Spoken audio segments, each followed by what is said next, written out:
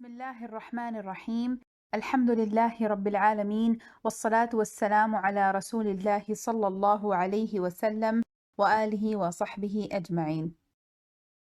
اپنے سلسلے کا آغاز کریں گے۔ کتاب ہے شرح مسند امام اعظم رحمۃ اللہ علیہ، باب ذم القدریۃ، فرقہ قدریہ کی مذمت کا بیان۔ حدیث نمبر 22۔ ابو حنیفة عن نافع عن ابن عمر قال قال رسول الله صلى الله عليه وسلم القدرية مجوس هذه الأمة وهم شيعة الدجال۔ حدیث کا ترجمہ۔ حضرت ابن عمر رضی اللہ عنہ سے مروی ہے کہ رسول اللہ صلی اللہ علیہ وسلم نے فرمایا، قدریہ اس امت کے مجوسی ہیں اور دجال کے گروہ میں سے ہیں۔ حدیث کی شرح۔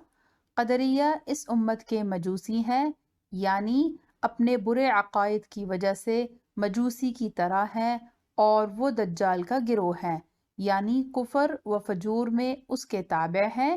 ایک روایت میں جیسا کہ ابھی گزرا آتا ہے کہ وہ اگر بیمار ہو جائیں تو ان کی عیادت نہ کرو، اور اگر وہ مر جائیں تو ان کے جنازہ میں نہ جاؤ۔